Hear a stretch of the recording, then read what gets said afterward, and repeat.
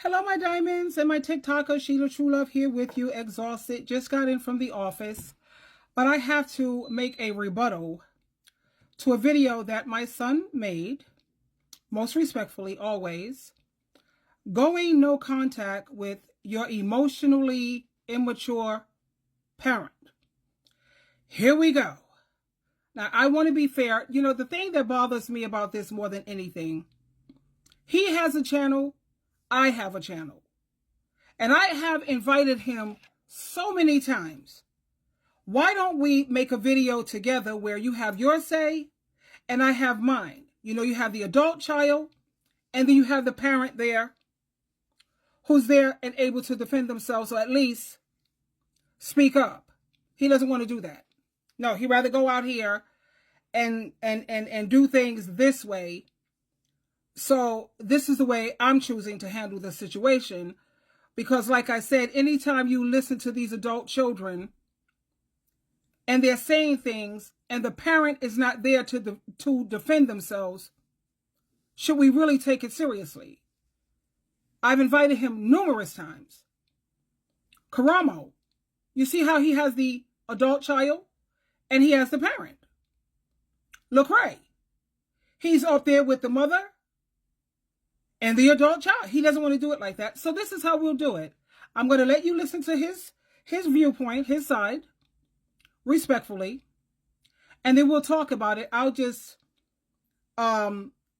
speak about it as we go along. And this is definitely for a reaction, a critical review, and educational purposes. And the reason why I make these videos, first of all, is always a rebuttal.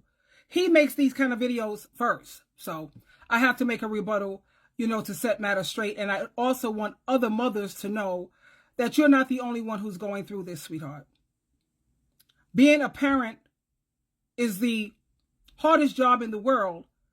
And what really upsets me with my son, he doesn't have a child, a child, can't take care of a cat, a dog. All he has is a lot of cojones, big enough, the size of upstate New York. And he has a lot of audacity. But let me share his view because everyone is entitled to their viewpoint. Here we go. Sometimes it's necessary to go no contact with your wounded parents because a lot of times you need to give them the space that they need in order to heal. You realize that as... First of all, I'm not wounded. I'm completely healed. I put in the work and I did what was necessary. My son is the one who's hurting. As long as you are in the picture, as long as you continue to co-sign that poor behavior, they're not going to heal. They're not going to see any reason to. I've had to go no contact with my mother recently because I realized that there was numerous boundary violations. And the truth is I love my mother to death. I love her.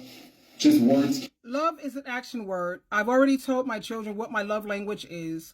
My love language is reciprocity, reciprocation, quality time that you spend with me.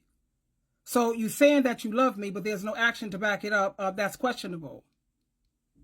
And when it comes to boundaries, I want you to know what his boundaries are. His boundary is this. You're not allowed to disagree with him. Does that sound reasonable to you? Maybe it's me. Maybe I'm making a mistake. You're not allowed to have your own feelings. You have to feel the way he feels. He sat here in my living room in person and said, I want people to just agree with me. I want people to validate me because when people validate me, it makes me feel like it's a closeness and it's a friendship. That's his boundary. To respect his faith, but he doesn't respect yours. You see how? I'm going to let him continue. And I describe how much I love and care for my mother, but I realize that she does not respect me. And she continues to violate my boundaries, no matter how many times I have had the discussion as to how it affects me. No matter how many times I went into therapy with my mother, you know, we sat in front of a therapist and I let the therapist know how my mother's behaviors were affecting me. There was no... We sat in the therapy session. We may have done, 3 or 4 therapy sessions. That's not how therapy works. He's a social worker, so he should know that. You have to go into therapy for at least 6 months to a year. And you have to be consistent because the therapist, they've got to build a rapport, a relationship with you. You don't show up no once or twice and his sister barely ever showed up at all. No. This is something that has to be continuous. I was doing the copay. I didn't mind paying. All they had to do was show up. And don't forget, when you go into therapy, you have to put everything out there. Don't forget to tell the therapist that your boundary is that you want people to agree with everything you say. He don't bring that up in therapy. Tell the therapist that you need people to praise you morning, noon, and night. And if you can't validate me, I have no use for you. He don't tell the therapist that part. Behavior change, and all I got were empty apologies, a series of empty apologies. I'm sorry, I'm sorry, I'm sorry. But an apology without behavior change is manipulation. And so now, when I apologize, I mean it sincerely, and I am sorry. I have remorse. I do everything not to try to make it happen again, but I'm not a perfect person. And I already gave him an example. When you go to Jehovah in prayer, you make mistakes. He has the gay thing going on. You slip up and you make mistakes. You go to your Heavenly Father and you pray and you ask for forgiveness, and yet you find yourself, oh, I'm on Grindr again, I'm on Tinder again. You find yourself back out there. When you pray to Jehovah and ask for forgiveness, were you manipulating him? Was that manipulation because you went back and did it again? You give these empty apologies. Was that sincere? No, people, they mess up. But as long as they haven't given up trying hard to get it right, that's what you need to mainly concern yourself with. But he doesn't understand that. He feels that once you apologize, you better never mess up again, and you better be this perfect person.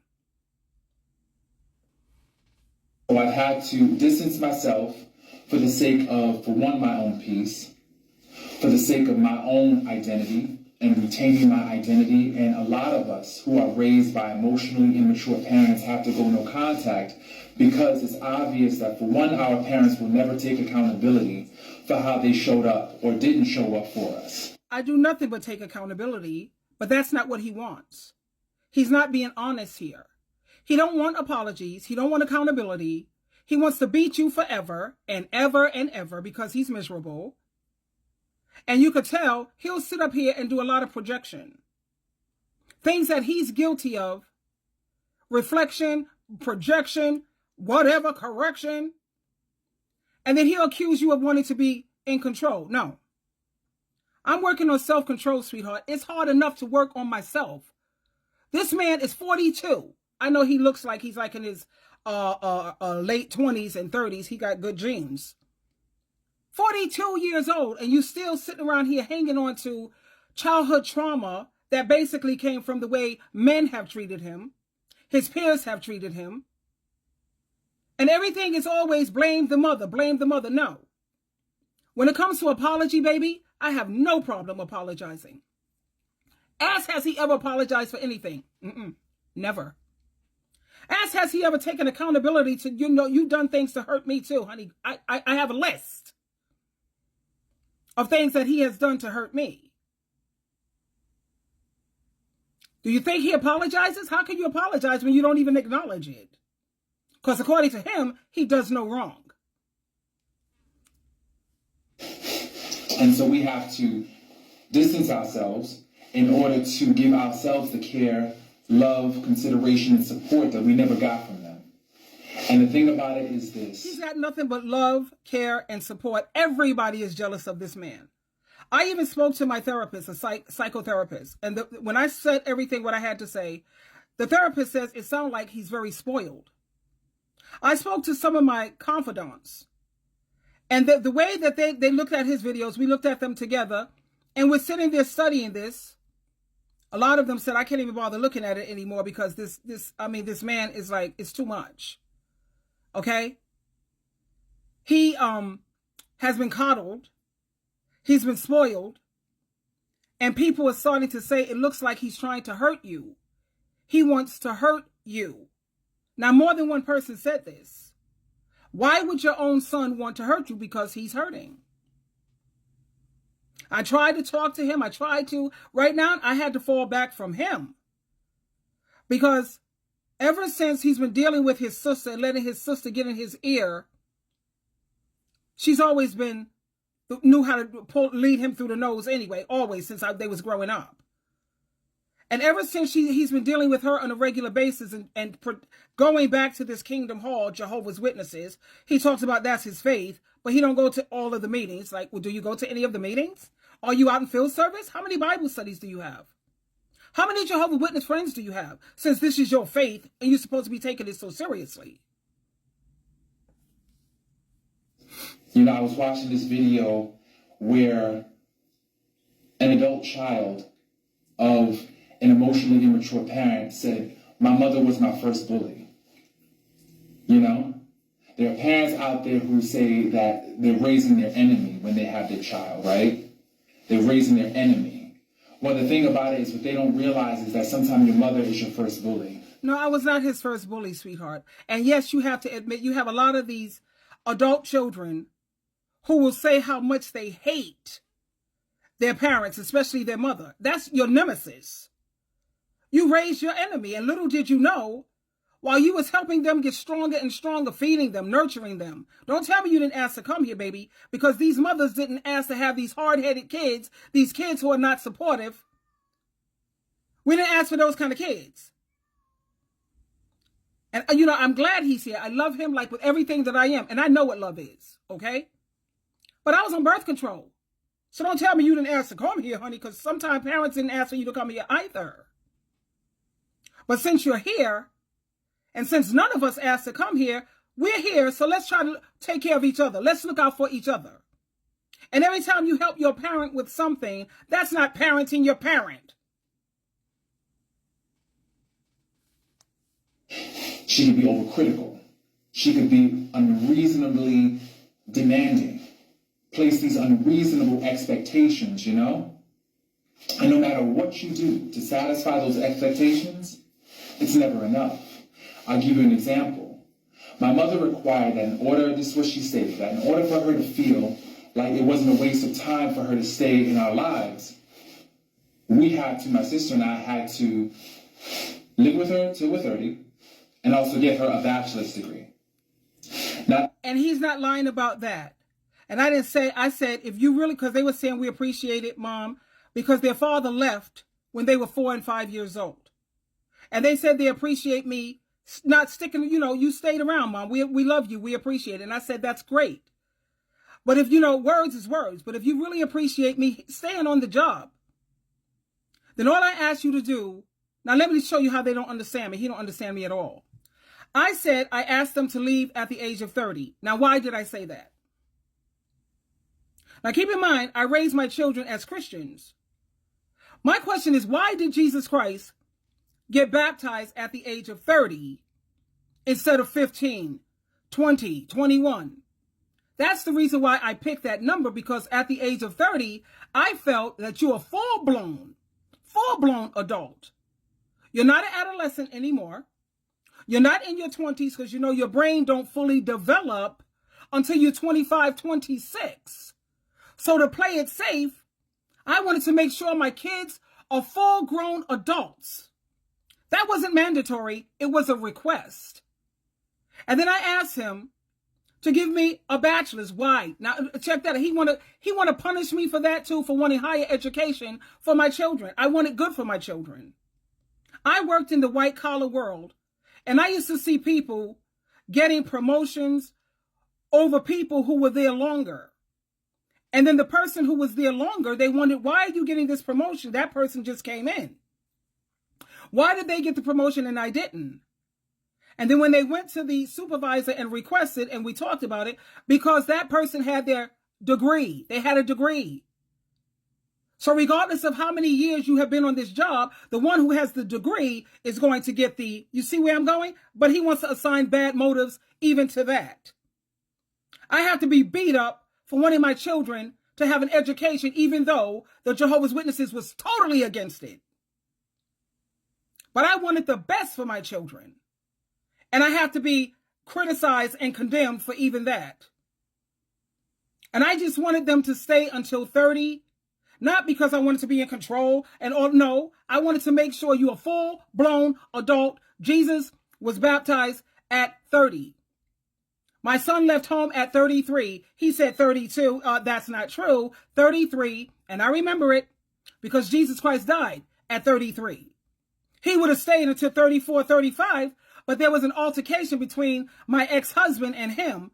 And I asked my son to go to his sister for a minute and let me handle this dude, because I was getting the dude out of here, because I will always put my children before any man.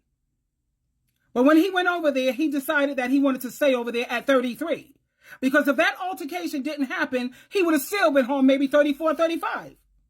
Now, if I'm such a monster, why did you leave home at 33 when you was working since you was 14?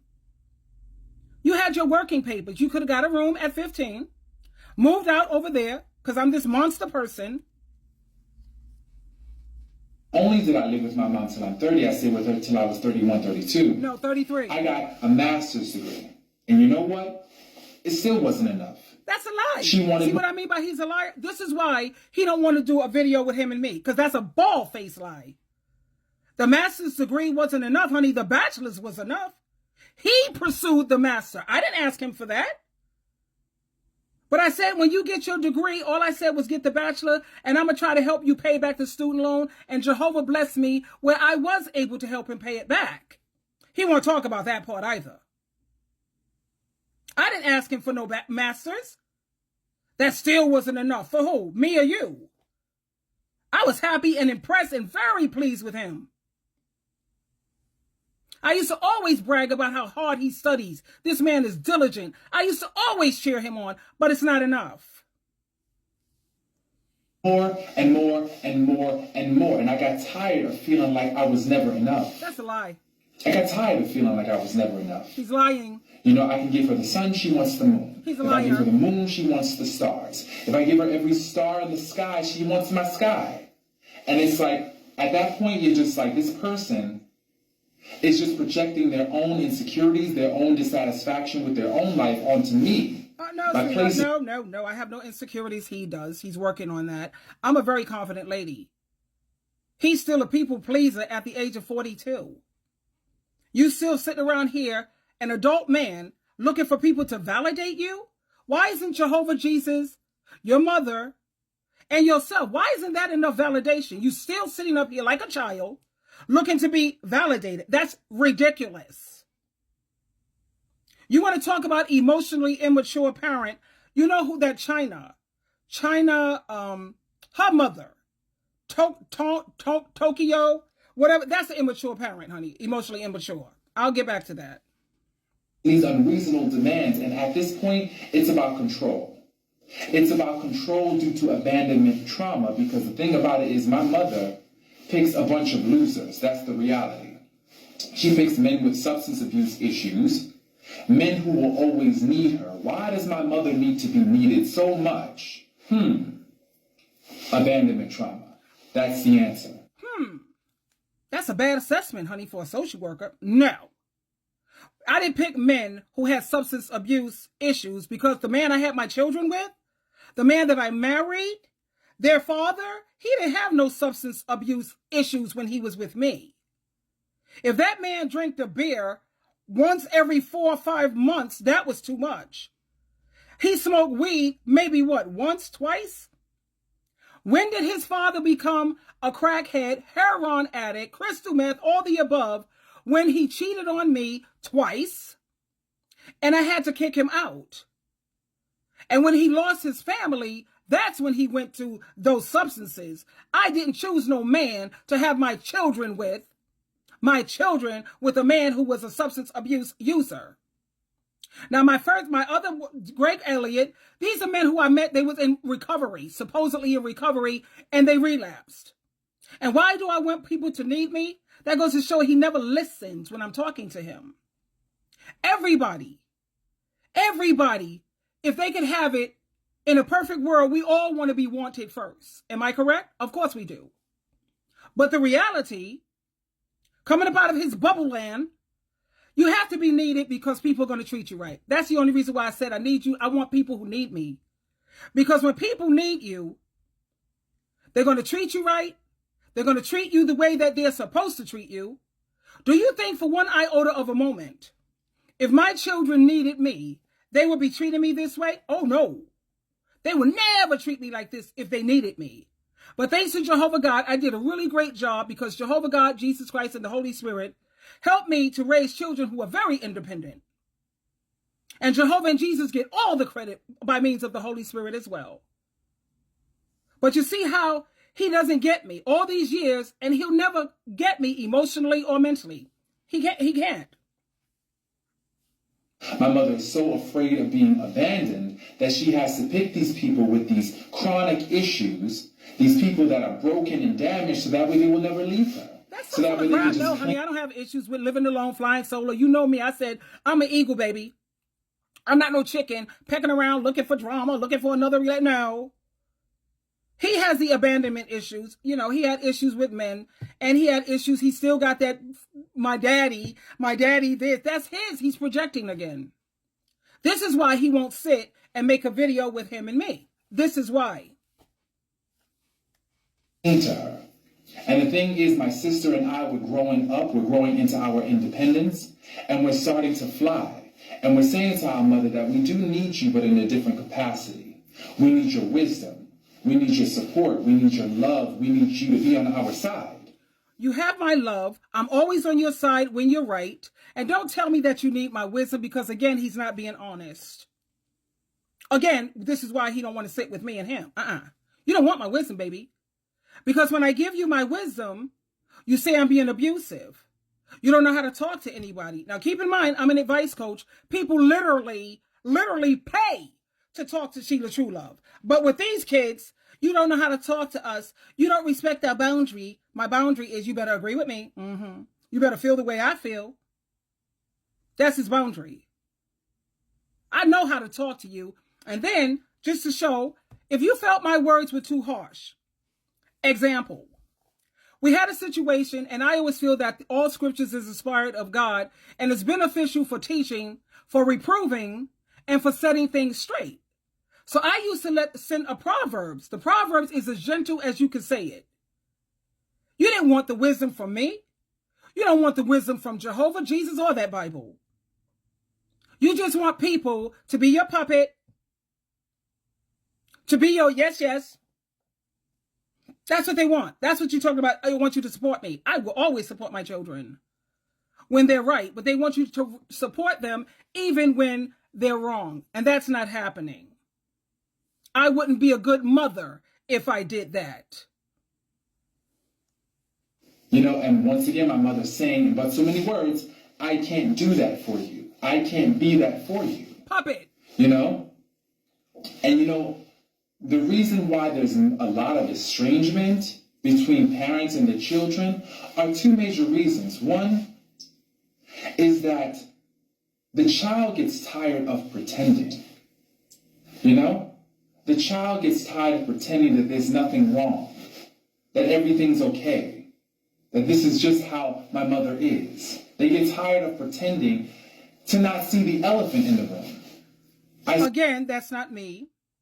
If he's going to be honest and tell the truth, every Saturday, I used to have family meetings, and we used to always be on the clock. I used to have, where's my clock? We used to have a clock, a timer. Let's say this. I used to put things on the timer, and each person had 3 to 5 minutes to talk uninterrupted. Now, this happened every week. Nobody told you to sit up here and be fake and phony, trying to be nice instead of being a good person. You got tired of pretending like the elephant is not in the room. I have no problem talking about things, but let's talk about it and let's get past it. He don't want to get past anything. They want to just keep on beating you and beating you. They don't want to get past anything. I don't have no problem, honey. I used to have family meetings every week for those purposes. Let me move on to what he's talking about, that religion. Child, please. Go ahead. You know, how I show up and how I love is not good enough. You just... Nobody said that. It's not good enough for him. He's the one who have the issues. And I'm not one who asks for much, honey. His favorite show is Soul Food. The series. They have 5 seasons. Check it out. What did he like so much about Soul Food is that every week that family met religiously once a week, but they met more than once a week. And they sat at the table, shared their day, shared their week. And that family met once a week for several hours. That's asking for too much. It's only too much when you're dealing with people who don't really love you and don't really care about you. Then it's too much. Go ahead, son. You're tired of your boundaries always being violated. I just asked for two things. Two things. Don't talk to me disrespectfully. That's one. Okay. And please respect my boundaries when it comes to my religious beliefs, because my mother... There you got it. Don't talk to me disrespectfully. You're disrespectful anytime you don't agree with him. You're disrespectful anytime you don't feel the way he feels. And don't come at me with your religious beliefs, sweetheart, because you don't respect nobody's Jehovah's Witness, man. I don't see you on none of your channels talking about you a Jehovah's Witness. How come you're not making that known? Why aren't you at your Christian meetings? When I tried to get him to join when he was young, a mother trying to raise a son and turn him into a man, I tried the Big Brother program. He didn't want that. We had Brother Lopez, another brother, trying to take him under his wing and be like a father, a big brother. He didn't want that. I said, study with your uncle. He's a Jehovah's Witness. He don't want that. God, he's too mean. He's too hard. Okay, study with your brother-in-law. Isn't he an elder? You got WhatsApp. He got WhatsApp. Why can't you study your Watchtower together? He don't want that. I said, when you come over here, we can watch the broadcast, even though that's your faith. He don't want that. The assembly comes up. I say, can I go with you to your assembly? I would like that. No, I want to go by myself. No. He goes to the assembly, the same assembly that his uncle is at, and instead of sitting next to his uncle, since he's always talking about he's trying to learn how to be friends with men, he sits way away from his uncle, and they're at the same meeting, both Jehovah's Witnesses. Does that sound sensible to you? Or like he's taking his faith seriously? When are you out there with those carts?